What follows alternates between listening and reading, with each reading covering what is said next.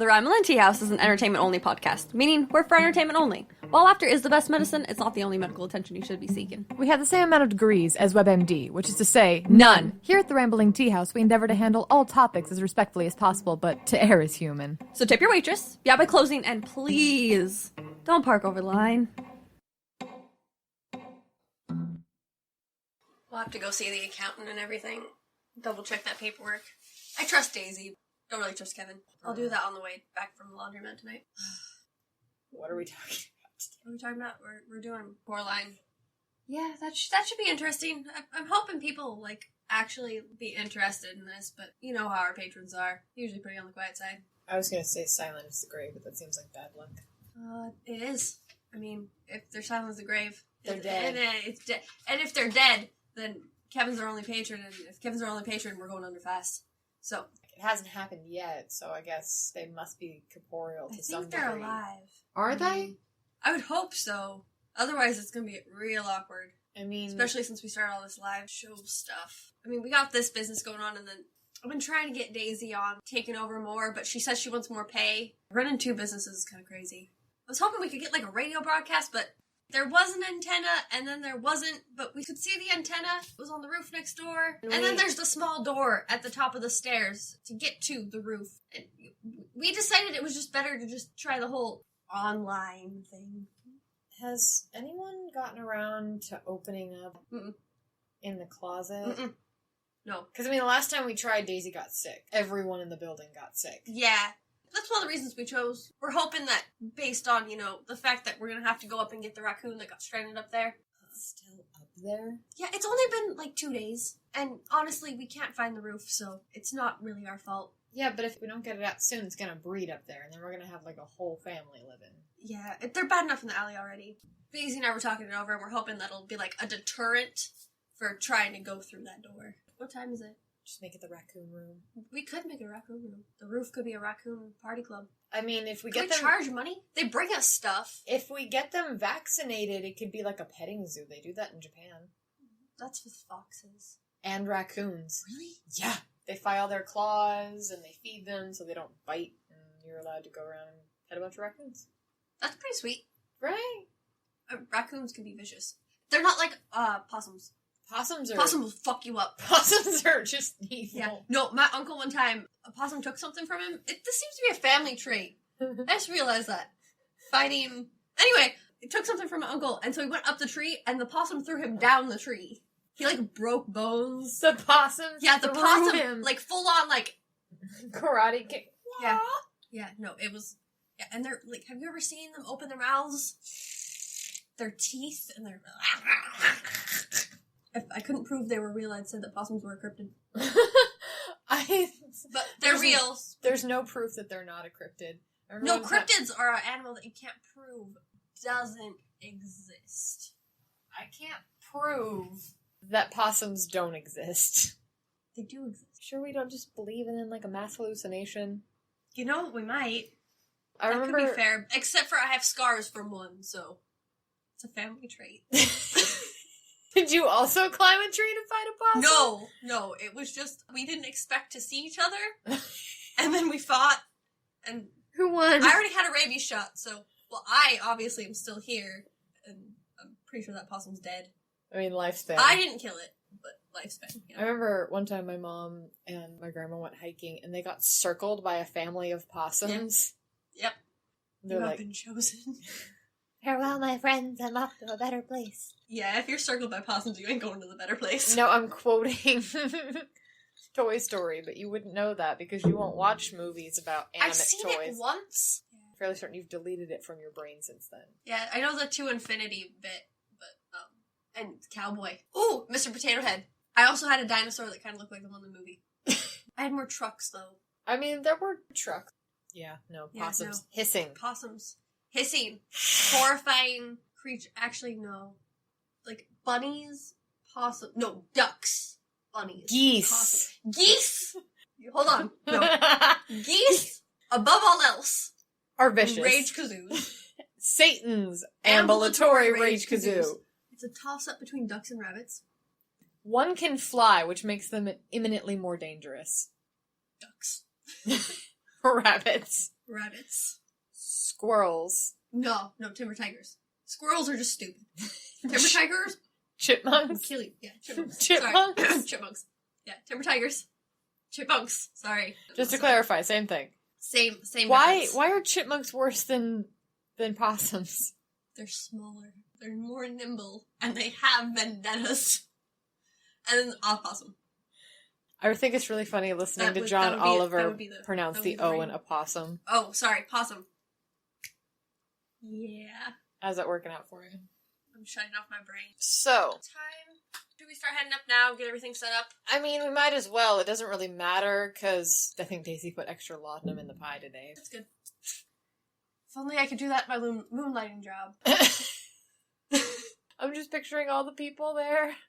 Just passing out. Drunk. And being just like the 1920s all over again. Alcohol and laudanum and being passed out in a shady alley. Yeah.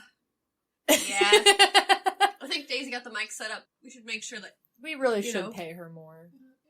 You know what? If we can get people to pay Kevin's tab, we'll pay Daisy more. So hard. She deserves it.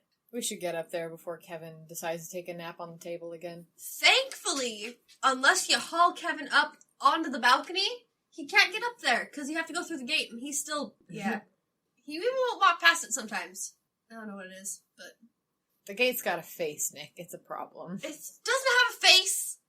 It's just some odd features that look vaguely human. It's all anthropomorphization. Let's go do this. Alright. Book club. Woo!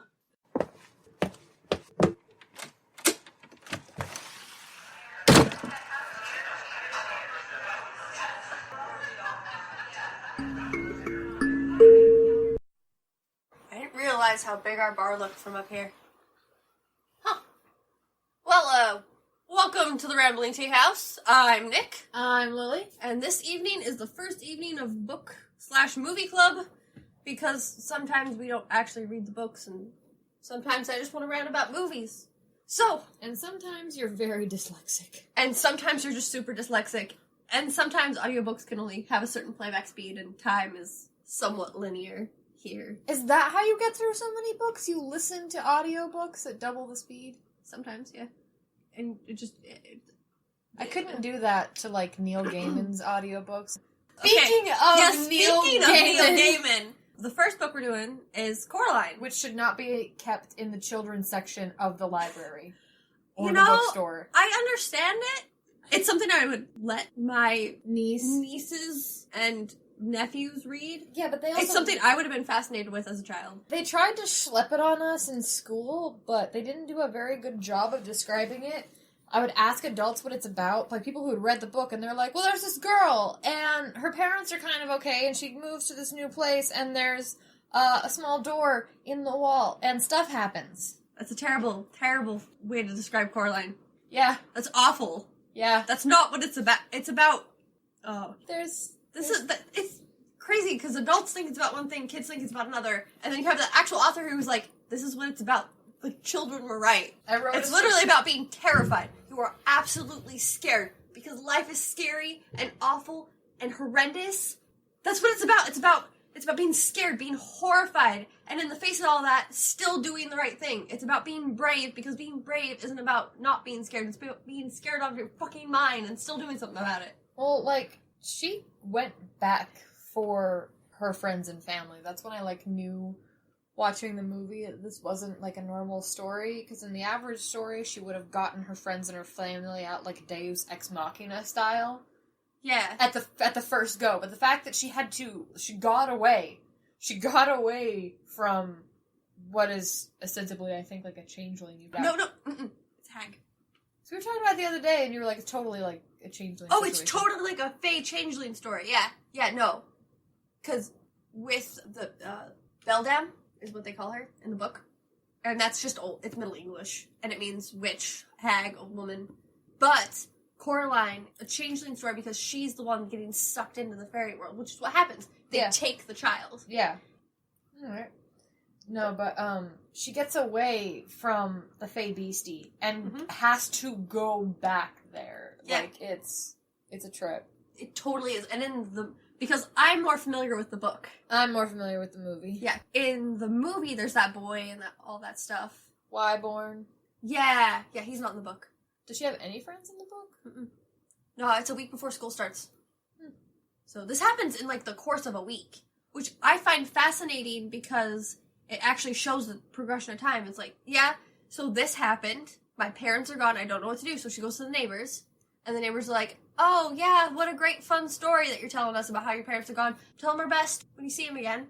Like, totally playing it off. She calls the cops. The cops tell her, like, oh, yeah, have your parents make you hot chocolate and tuck you in, everything will be fine. And she's like, I will tell them when I find them, I guess. So she's on her own for, like, 3 days, which is a lot to some people. Yeah. I think that's one of the parts that horrifies the Grown-ups. Adults, because they're like, oh my gosh, that totally wouldn't happen. I think that's one of the things I found interesting. How little the adults listen to her. She, like, just her name. She repeats constantly that my name is Coraline, not Caroline. And everybody's like, Caroline. And she's like, Caroline. And at the end of the book, which is cool, Mr. Bobo is like, yeah, Coraline. And so it shows, like, they're listening to her and character progression. But it is totally, okay, it is absolutely a fairy story. Is that tabs? Maybe. Did you make notes? Maybe. I'm so proud of you. How dare you? Look at you being all... Yeah, it's like I actually took time after. I might bring a blanket up here. Yeah. It's totally a fairy story. Neil Gaiman even was like, because they asked him about it. It's fairy tale, right? It's yeah. And they're like, yeah. Do you believe in fairies? I feel like this is a more accurate depiction of a air quote fairy tale. Yeah. Than what we in the West, in the modern American world, think of as a fairy tale. Yeah, because he's like, oh yeah, it's the same type of fairy tale as Hansel and Gretel's a fairy tale. Yeah. Anyway, while Lilli ruminates on that, he wrote a little bit of a disclaimer type thing for another book called The Book of Magic. And he said, well, as for believing in fairies, all the characters, humans or otherwise, are imaginary, excepting only certain of the fairy folk, whom it might be unwise to offend by casting doubt on their existence, or lack thereof. One day, Neil Gaiman and Hosier are going to meet. And the Fae are going to be very mad that they gave up their secrets. Yeah. Even though the mortals aren't going to understand, but they know. Very much a fairy story in the traditional sense. Like, the whole situation where she finds this door. And where does the door lead? It leads to another plane of existence that was either found or made by this being. It's a web. It's a trap. That's something that they did a great job of in the movie, is... as the world deteriorates and all of the trimmings and trapping, really the glamour starts to fall apart, all you're left with... once the glamour starts to fall away. Yeah. All you're left with is a spider's web. Yeah. And a beast that's gonna ostensibly, cocoon you and fill your body full of some sort of toxin and then drink your insides. Who knows? Oh, you want to hear something really creepy? Sure. Nick. Okay, so part of it is the Adderstone. As the story progresses... and she's trying more and more desperately to get Coraline to come with her, she starts to lose her humanity more and more and more and more. Because she's using more. Because she hasn't ate. Because you are what you eat. Is that why she gets so grumpy? Because she's fucking hangry? Yeah. And she's losing the game. That part I got, but... yeah. Hangry. She's fallen hangry. I thought that, I think that playing the other mother would be a fantastic cosplay one of these days. Everything's too white, too long, too odd, just not enough. right. And, what do you think is do you think there's any importance about the buttons for eyes, or do you think that, particularly as a writer, that was just Neil going, what's something I can put over the eyes? And I guess buttons works. Do you think that there was a lot of... I like buttons. Do you think there's a lot of importance on the buttons? I like buttons. It's just something that makes you... aware. It ties you to the place. Mm. Yeah. It's just a acceptance thing. Like, yeah, be just like us. Come with us. Well, I mean, it wouldn't be the first time that you have eyes in mythology. I mean, Odin and Mimir as well. Mm-hmm. It's basically a demon deal. Give me a body part, and I'll give you knowledge. Yeah. Demon, fae deal. Same difference. You're promising something immortal, something of yours, for something impermanent. Yeah. But on that note, I don't care how much Supernatural you watch, don't fucking do it. Yeah, no. I'm really glad that they made that episode of Supernatural where all the teens try and summon a demon and it goes horribly. Mm-hmm. I feel like that's because some people in the fandom Yeah. tried to summon some goddamn demons. Because they're idiots. Yeah. By the by, there is no quicker way to get 86 banned for life. 86 banned for life, yeah. From the Ramblin Tea House than by trying to summon a demon. If you try and summon anything, you're welcome here. Your gods are not. Your entities are not. You're here for the pie and the drinks and whatever the fuck this is. And then if you do any of that, if you bring a fucking Ouija board into my bar, I swear I will burn you and it to the ground. Not you, Tedithy. We know you're a good boy. Tedithy's having a bad week. It'll be okay. I didn't mean you, man. Just get him in hot chocolate. Oh, yeah, hot chocolate, by the way. In where the other mother and her make the deal and she swears on her right hand, and all that. Oh, okay, so in the book, the other mother, before they start playing their game, hold on. This is also becoming like a book-to-movie comparison. Yeah, book-to-movie comparison. What happens? How about we both try and give a synopsis? How about you do a synopsis of the movie? I'll do a synopsis of the book. Okay. Okay, ready? So, go. In the movie, it's set in Oregon, which I know it's not in the book, but it's actually a pretty good adjustment because the weather in that part of Oregon and I imagine the part of England that Neil Gaiman was thinking of, pretty similar. A lot of rain, a lot of wet. So it's set in Oregon, which works because the climates are very similar. Yeah. Pacific Northwest in England, it's just bigger. Also Japan, where Japan has a similar... They have earthquakes, though. Yeah. And humidity. And volcanoes. England doesn't have volcanoes. Oregon and the Pacific Northwest also have volcanoes. Yeah, I see you! Okay, so Oregon, so she weather. moves to Oregon with her journalist parents, and they're busy being newspaper Parents? Yeah. people. She has no friends. School hasn't started yet. She's bored out of her brains. And alone. So she goes exploring around the house one day because it's raining. It's that horrible kind of rain that your parents won't let you play in. And she finds this door. Weird things start happening around the door, like it'll unlock itself. She thinks she sees shadow. She starts having weird dreams. There's a boy that lives in the house. No. There's a boy whose grandmother owns the house, but she won't let him go there because she thinks it's unsafe. She ends up going through the door where she finds her other mother, her other father, this complete parallel world, and everything's wonderful and great. And then she comes back and there's this doll of her. And you get to see, like, dolls and, like, that being made in the beginning of the movie, and it's really weird because there's no explanation for it, ever. I hope there is in the book somewhere. That would be cool. But... There's no doll. Huh? There's no doll. She keeps going through the door because things in her day-to-day life are continuously unsatisfying, and the longer she's there, the more she realizes, like, how sinister it is, and it's a trap, and she finds out that, thanks to the cat, I think... Other mother is trying to steal her life. She also finds it out from the ghost children. She ends up meeting the children, the souls of the other kids that the other mother has nabbed. She tries to leave one last time because the other mother has completely shed her facade. You can see her for the beastie that she is.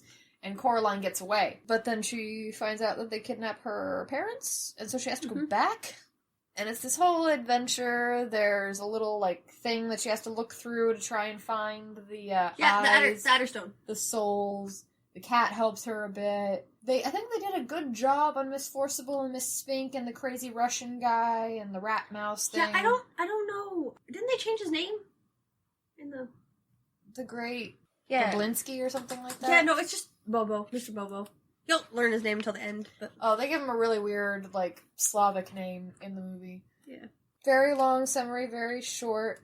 She rescues her parents, gets away, saves the day. Yeah. I think it's less about her rescuing the kids or her rescuing her parents and more about her learning that she has the ability to rescue herself. So, life lesson. I think she always knew that she, like, had it in her. No, thinking you're that kind of person and knowing you're that kind of person are two different things. Yeah. That's a thing that they really show in the book. Because she's like, I'm going to be brave. And she's like, no, I am brave. I am. That is who I am. I am brave. I am going to do this. So in the book, Neil Gaiman moved to a Little Mead or something, and wrote the story for his kids. Mm-hmm. And one daughter. He wrote it for his one daughter, and then he picked it up years later because he realized, I need to finish the story so that it's finished, so that my kids have the story that I made them. Because by the time that he was finished with it, she was going to be all... Yeah, she was 16, I think, when he finished it. And he had another daughter by then, too, who was... Yeah. Actually, the description at the front of the book is, started for Holly, finished for Maddie.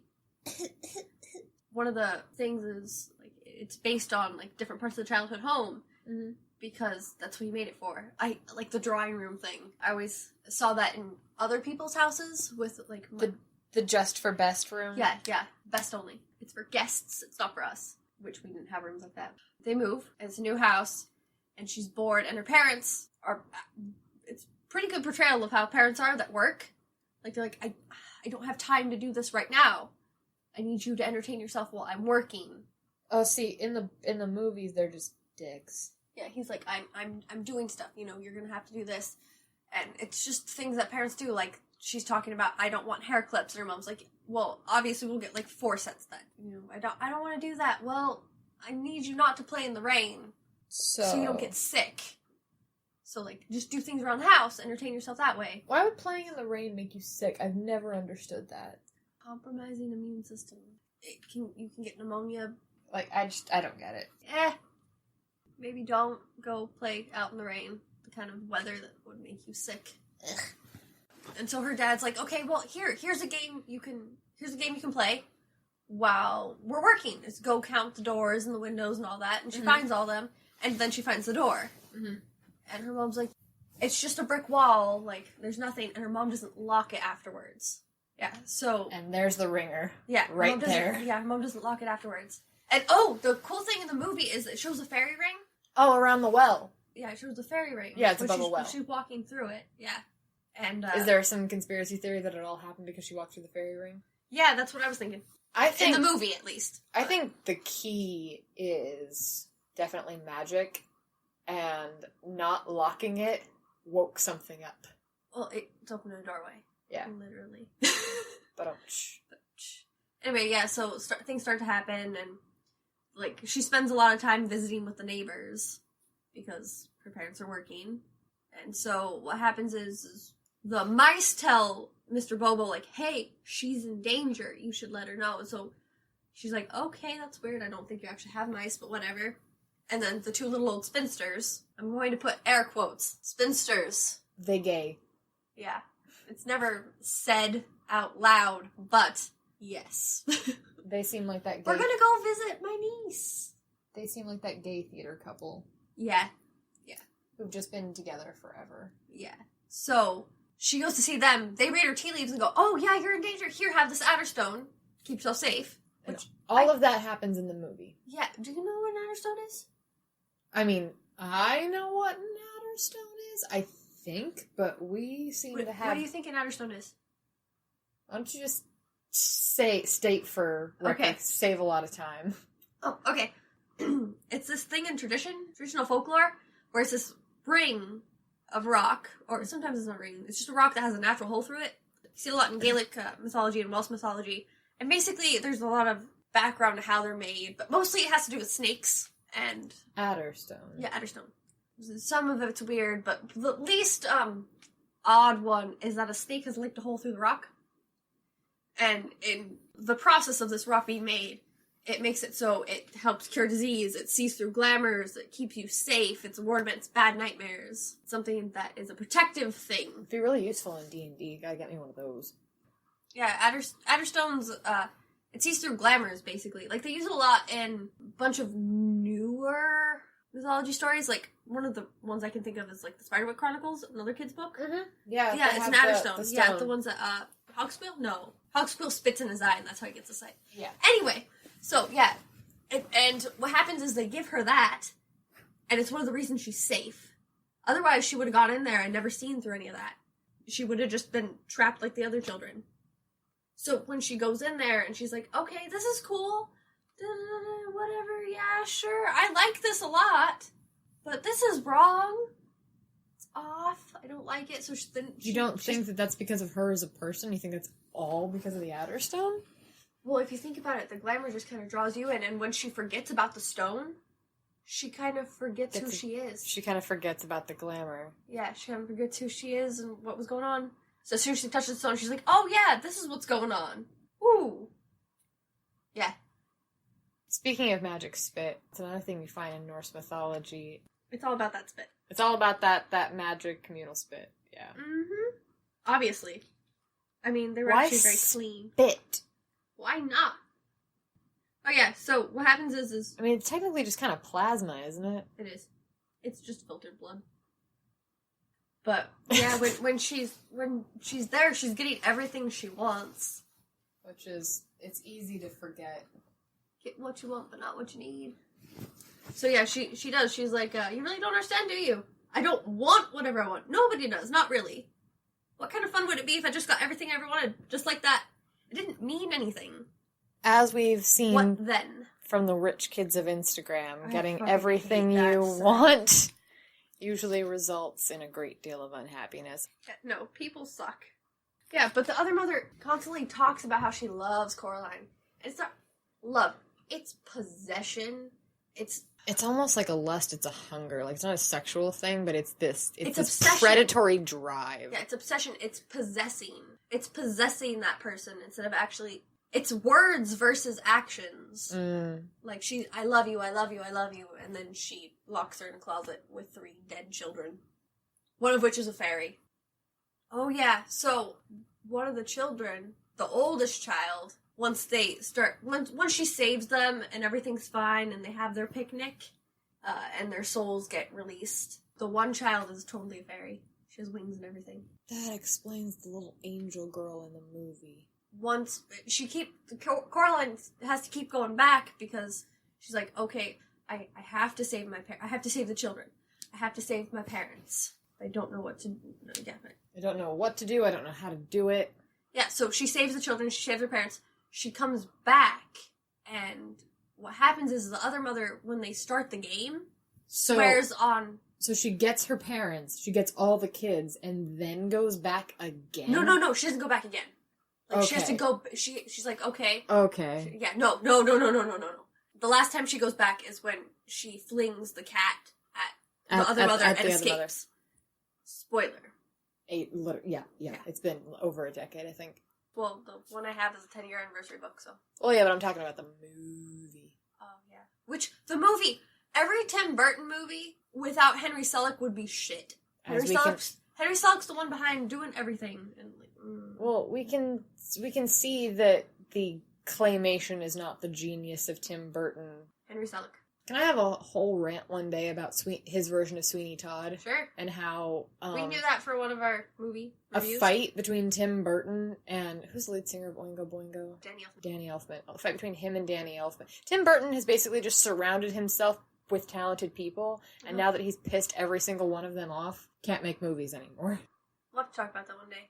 And he's also a Virgo, so I'm like, dude, do better. She goes through the door. Third time is when she gets her parents and everything back and plays the game with the other mother. Mm-hmm. And the other mother swears on her mom's grave. Coraline goes, that doesn't mean anything. You swear on something else. And so she swears on her right hand. And she breaks her promise, so she loses her right hand. But the right hand ends up on this side of the world. In the movie, her hand gets cut off in a door. Yeah, she loses it. Yeah. Just because it doesn't magically happen doesn't mean anything. That's why you shouldn't swear on things. So, the hand ends up on this side of the door, and she locks the door. Door's done. So swearing on a grave doesn't mean a whole lot because it's already been taken away from you. Pretty much, yeah. Oh, I swear on my mom's grave. Yeah. My mom's alive. Also, there's a whole thing where I have to take her out and no. It means nothing for me to swear on my mom's grave. Absolutely nothing. Even if they're dead? For me, it means nothing to swear on somebody's grave. Also, you shouldn't swear on a dead body or soul. Resting place. It's fucked up. Don't do it. But don't swear on things. Pinky promises are sacred. Pinky promises are sacred! Because if you break that pinky promise, the person gets your pinky. At least that's how we always played it. Yeah. Anyway. No! No! We're not walking away from that. Pinky promises are sacred? If you break the promise, you get a broken pinky. So, there's my question. Do you get your pinky broken, or does somebody get your fucking pinky? Well, I've never broken a pinky promise yet, so... Yeah, but if you haven't broken a pinky promise, it says to me that somebody else has. Not to my knowledge. Most people refuse to make deals with me. So... And I went into business with you. Yeah, you did. Aren't you glad we didn't pinky promise now? I think we went to at one point, we're like, yeah... No. We both just kind of looked at each other and went, I trust you too much to not trust you like that. Yeah, we're good. Pinky promises are sacred. Also, don't swear on things. NGL, if I ever have a kid, I'm not going to teach them to say, my name is. I'm going to teach them to say, you can call me. Yes. That was a thing, is, when they're doing the whole trip into the other world, underground, because if you listen to the Rat and Mice song, they're talking about how they're coming up from underneath. So, the two women that she lives with... Are in a basement. The other women, put on a stage performance that lasts forever. It has never stopped. So, when she walks up to the office, they're like, okay, so, what's your name, Coraline? And she goes, Coraline? They know her name, but she needs to give them her name. Yeah. That's some Rumpelstiltskin shit right there. Yeah, and then she gets to walk out, which is cool. There are so many worse things that could happen if this was a different story.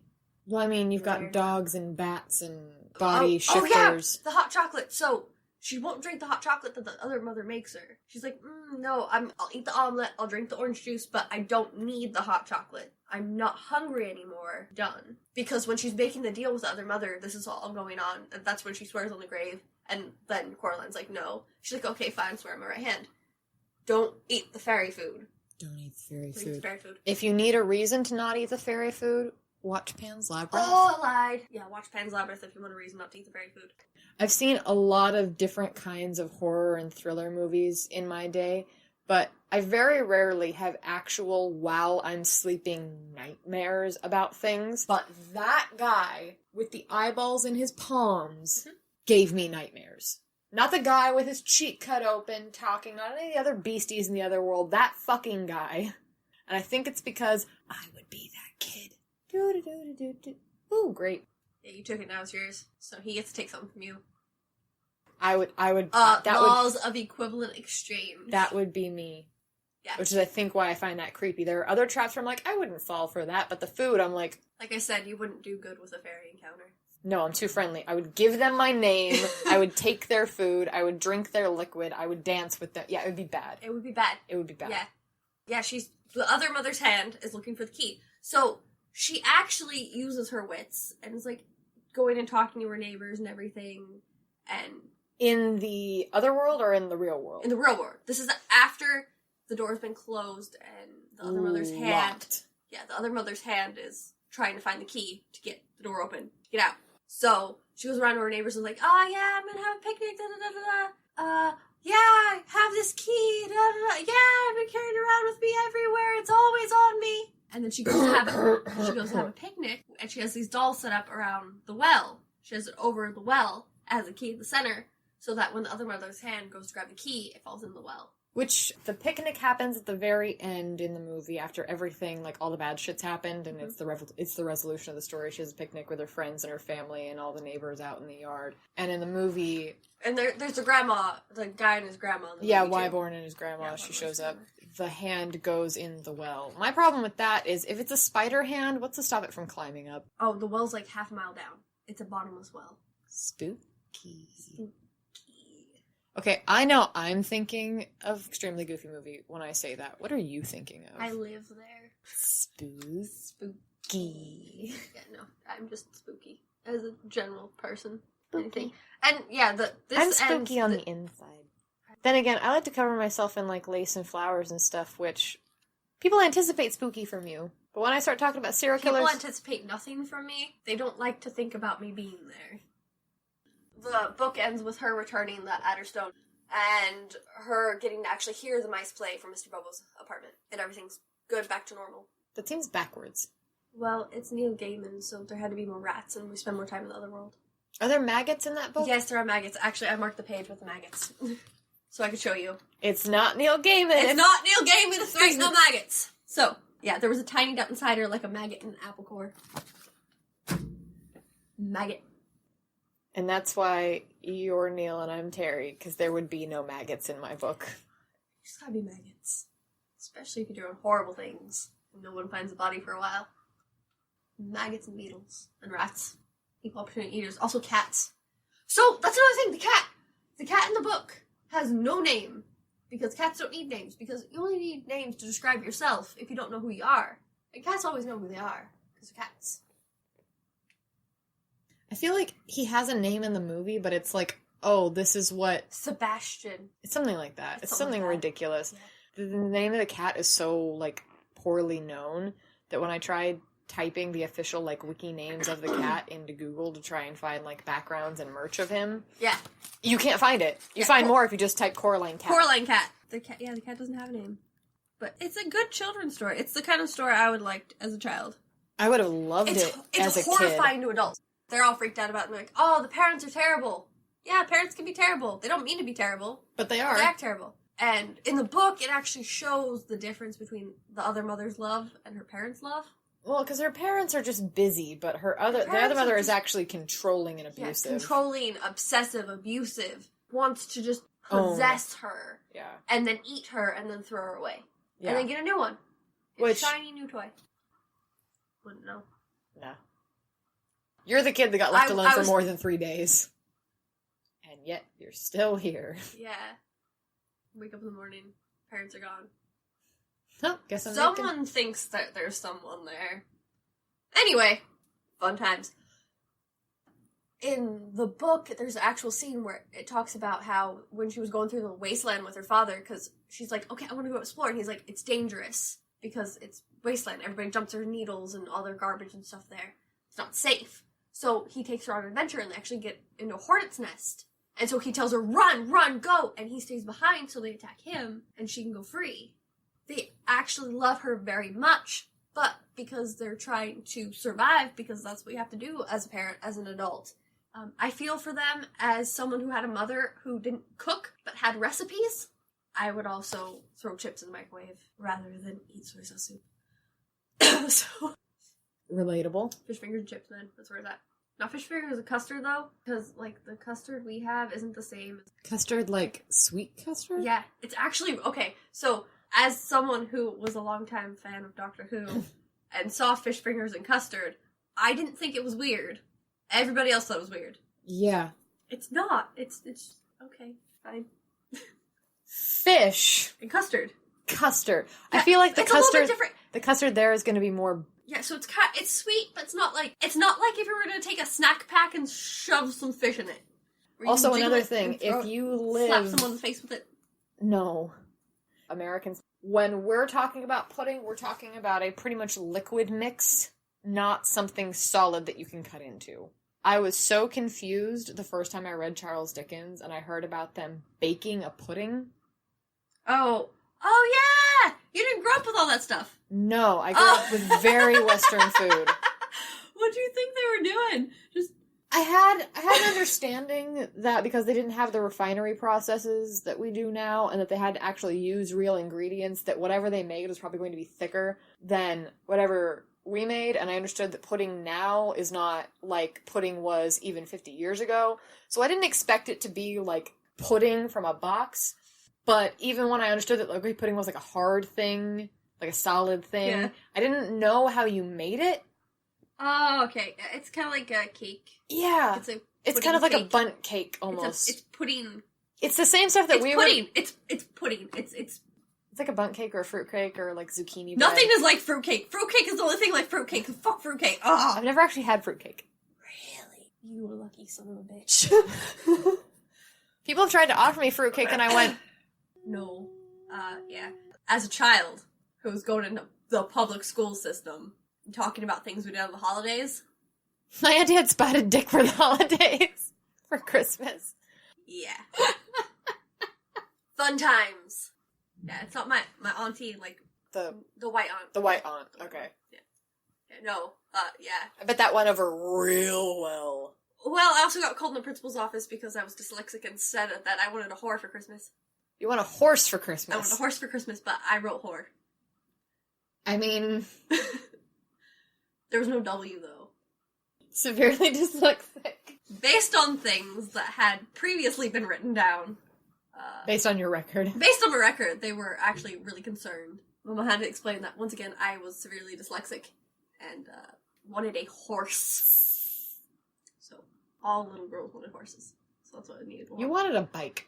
And by a bike, I mean a motorcycle. No, I had one. What do you want, then? I did. Anyway, yeah, you were supposed to want... I wasn't about that, so... Yeah. Good times. I like how we just got completely, off on... We're completely off topic again. It's okay. fine. It's what they pay for. Do they pay? That'd be nice. Have you ever wondered about that pane of glass? Which one? The one on the stage. I just assumed it was a nice little barrier, like they have at most of the bars that I grew up around seeing.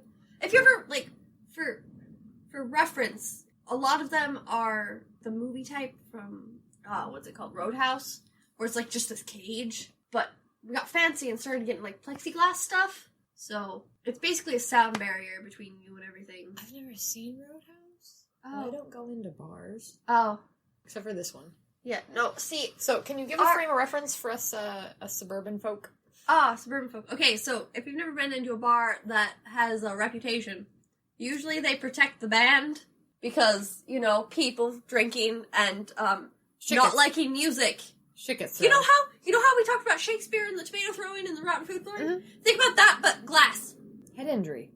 So, there's, a gate in front of the band. So, I always assumed that you put this up. Nope. No, see, in the part of town I come from, there's nothing between you and the stage except for the pit where the band goes. If you have a band. I mean, if we could get people to play here, this is where the band would be. I keep trying, and they keep saying that they can't find us, and that none of the doors open, even when they see people inside. That one guy said he was in LA standing outside our bar. Which, no. It's fine. It's fine. It's fine. It's We fine. were talking about Coraline. Let's go back to that. I'm just going to slowly just turn a little bit away from it, just in case. Less creepy than the bar itself. Coraline is a lot less creepy than some of the things that happen in this place. Yeah. Speaking of which, did you get locked for a basement? I got a padlock. They didn't have any of the, scoop locks. That's fine. Is it, though? Because the last one was melted. It's fine.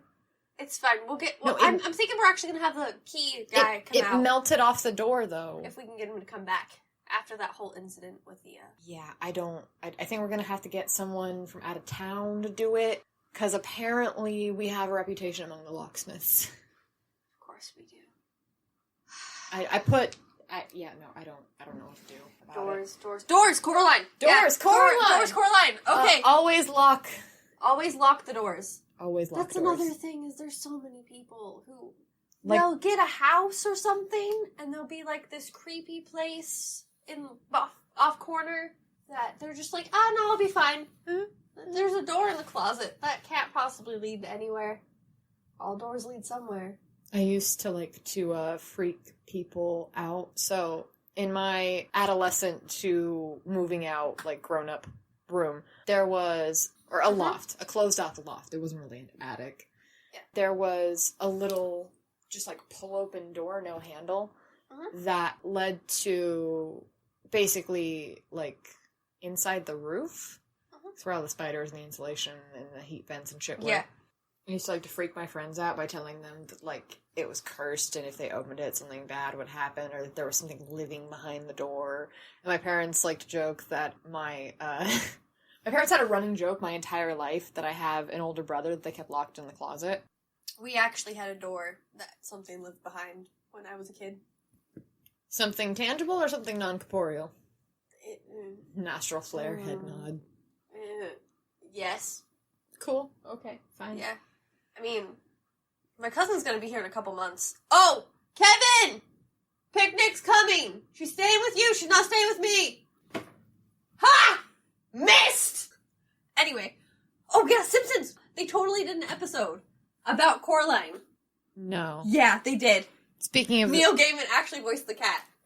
Oh. Yeah. Which, I love I love playing the Spot the Author insert game. Yeah. And in Coraline, it's totally the cat. The cat is one of the reasons she actually gets away. Yeah. It helps her. It starts killing the rats to save her. When the other mother closes off the other world, traps them, because she gets the key, and traps them there. The cat's like, she's closed off all the exits.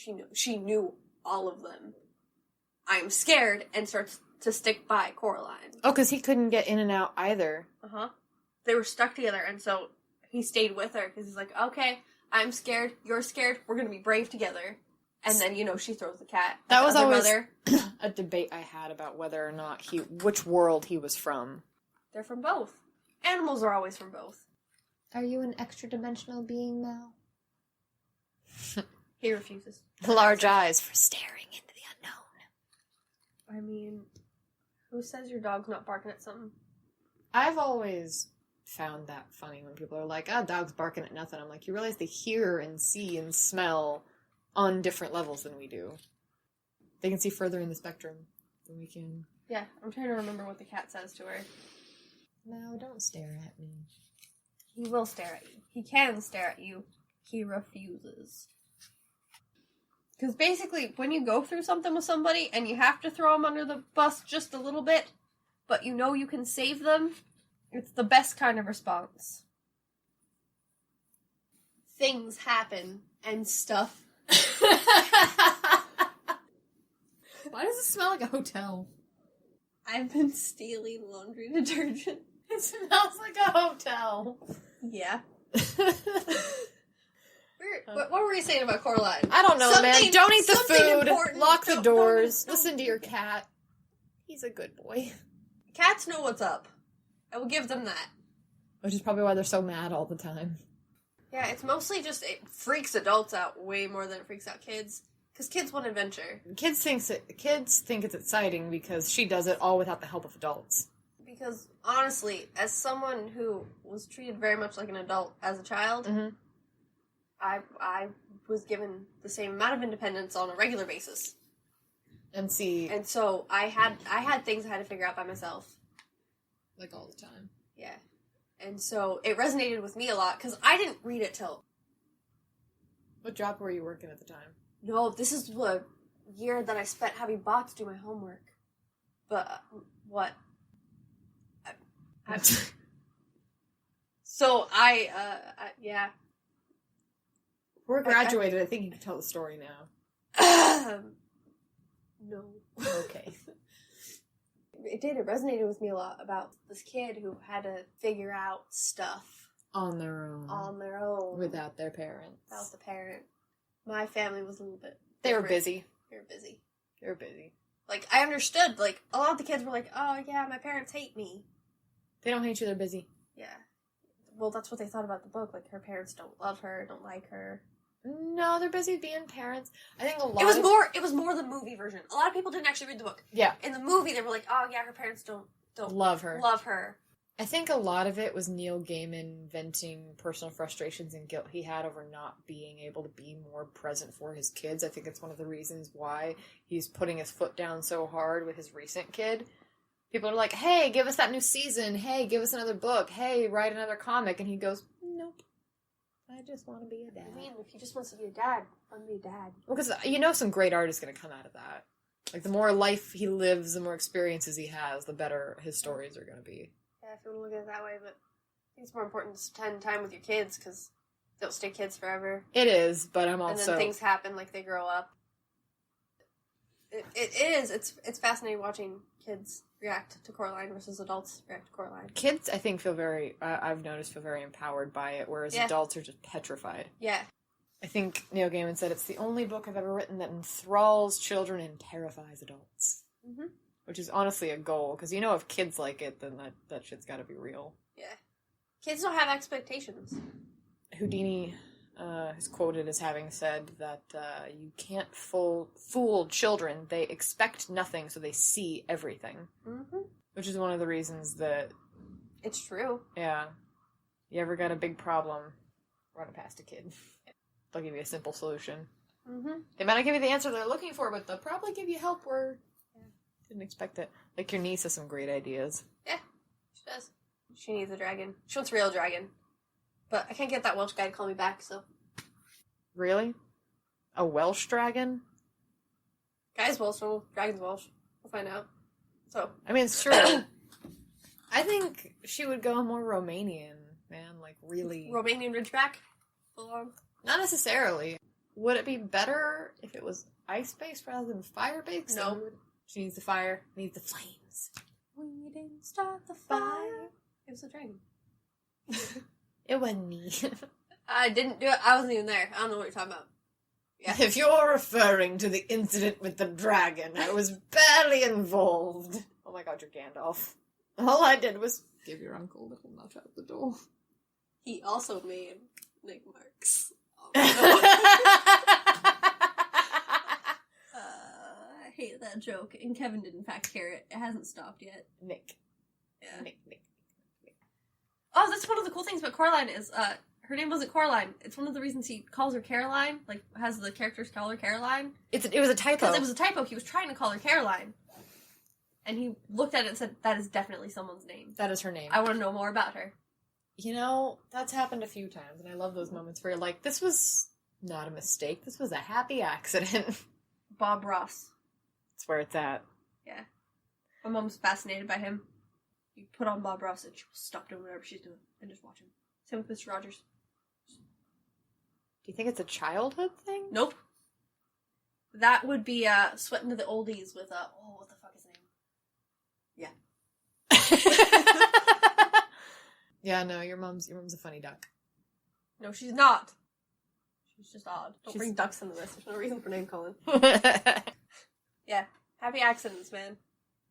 In so, conclusion... yeah, Bob Ross. Bob Ross to paintings, from paintings to doors, from doors to Coraline, and Neil Gaiman's involved in all of that. So, yeah. Of course he is. There's maggots involved. The main, there's always maggots involved. Be nice to your cats. Don't eat the food. Lock all your doors. Yeah, and that is the true meaning of Coraline, is that life is scary as hell. It's always going to be scary. The important part is to do the right thing, even though it's terrifying. And that is being brave. And listen to Mufasa and remember who you are. Lion King's another thing. I'd rather just watch Hamlet. It's not as much like Hamlet as... I would rather just watch Hamlet. As the jokes would leave you to believe. Also, there's YouTube, and there's cuts of just Timon and Pumbaa, which is the only reason I watch that movie. So, that's it. We're done. You got 15 minutes until the, get released. What the fuck?